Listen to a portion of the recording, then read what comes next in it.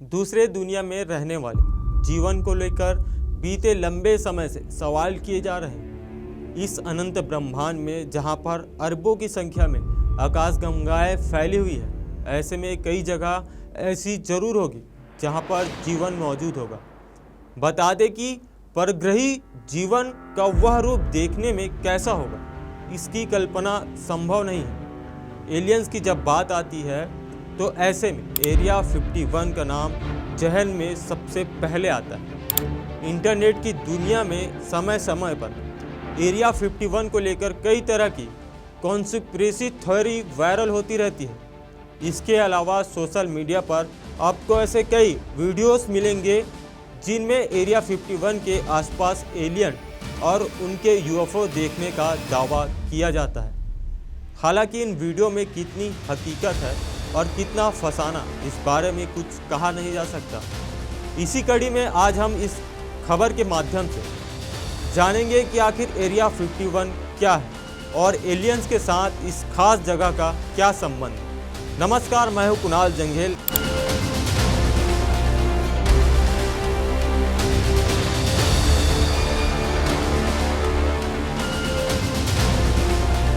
आपको बता दें, एरिया 51 अमेरिका के नेवेदा के रेगिस्तान के बीच स्थित एक मिलिट्री टेस्टिंग साइट और एयर फोर्स फैसिलिटी सेंटर है। कॉन्स्पिरेसी थ्योरी के माने तो यह अमेरिका एलियंस को पकड़कर शोध कर रहा है। आपको बता दें कि हाल ही में यूएस नेवी के 2 और अमेरिका के पूर्व सैन्य अधिकारी अमेरिका के कांग्रेस के साथ पूछताछ में एलियन 100 को लेकर कई हैरत अंगेज खुलासे किए हैं।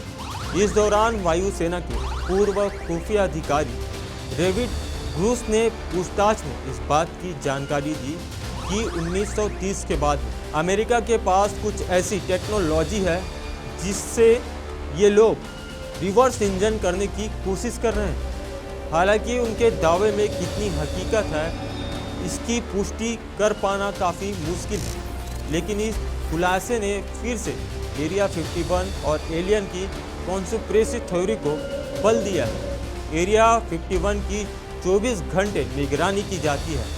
इस जगह पर बाहरी लोगों का आना सख्त मना है। इस खास जगह के ऊपर से प्लेन उड़ने पर भी प्रतिबंध लगा हुआ है।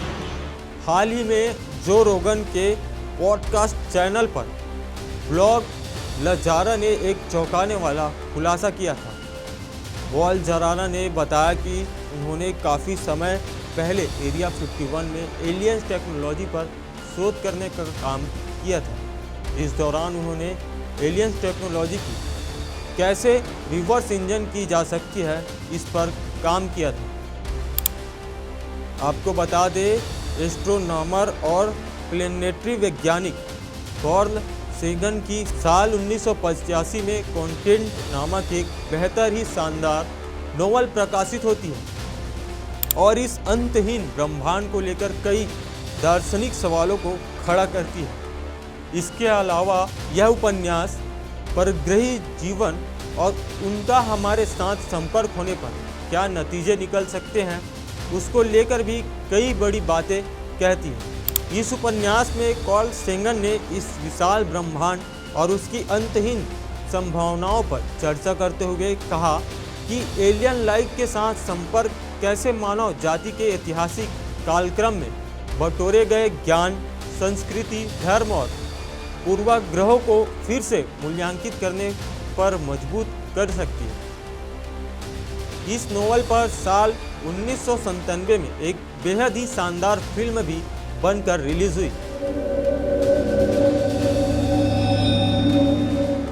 एलियन लाइफ को लेकर बीते लंबे समय से इंसानी उत्सुकता सवाल कर रही है। बता दें कि एलियंस को लेकर जो हमारे भीतर कल्पनाएं हैं, उन्हें हमारे सिनेमा पर्दों पर तो यथार्थ रूप दे दिया है। हालांकि सवाल है कि क्या हकीकत में इस अंतहीन ब्रह्मांड में, जहां ट्रिलियंस ऑफ गैलेक्सी और उनके भीतर ना जाने कितने सितारे और ग्रह हैं, वहां कहीं जीवन है? अब सवाल कि अगर जीवन है तो क्या कभी इन एलियंस ने हमारी पृथ्वी का सौरमंडल को विजिट किया है? ऐसा कई सवाल हकीकत और फसानों से भरे हुए हैं। हालांकि बीते लंबे समय से एलियंस के यूएफओ देखे जाने के दावे किए जाते हैं। इसी कड़ी में इन दिनों एक खबर खूब सुर्खियां बटोर रही है।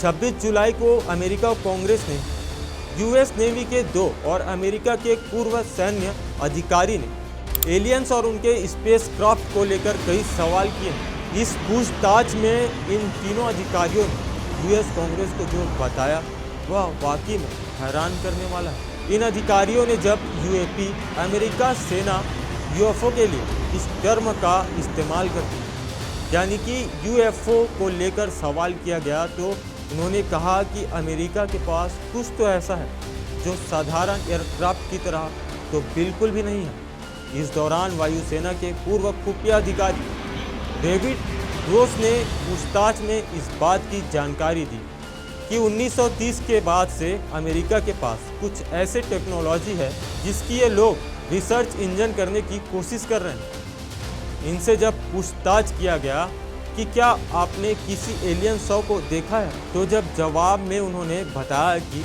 जिस शव को मैंने देखा वह एक इंसान का शव तो बिल्कुल भी नहीं था। पूछताछ के दौरान उन्होंने संकेत किया कि अमेरिका के पास एलियन शव है। इसके बाद रूस ने बताया कि जब उन्होंने अंदर जाने का एक्सेस मांगा तो उन्हें वहां जाने से मना कर दिया गया। इसके अलावा पूर्व अमेरिकी नौसेना कमांडर डेविड फ्रेवर ने भी यूएफओ देखे जाने का अपना अनुभव साझा करते हुए कहा कि जब वे सेना में थे उस दौरान उनका सामना एक यूएफओ से हुआ। उनके मुताबिक यूएफओ में जिस तकनीक का इस्तेमाल किया गया था वह हमारी तकनीक से कहीं आगे की चीज़ थी। इन बातों के सामने आते ही पेंटागन ने इन सभी दावों को झूठा करार दे दिया।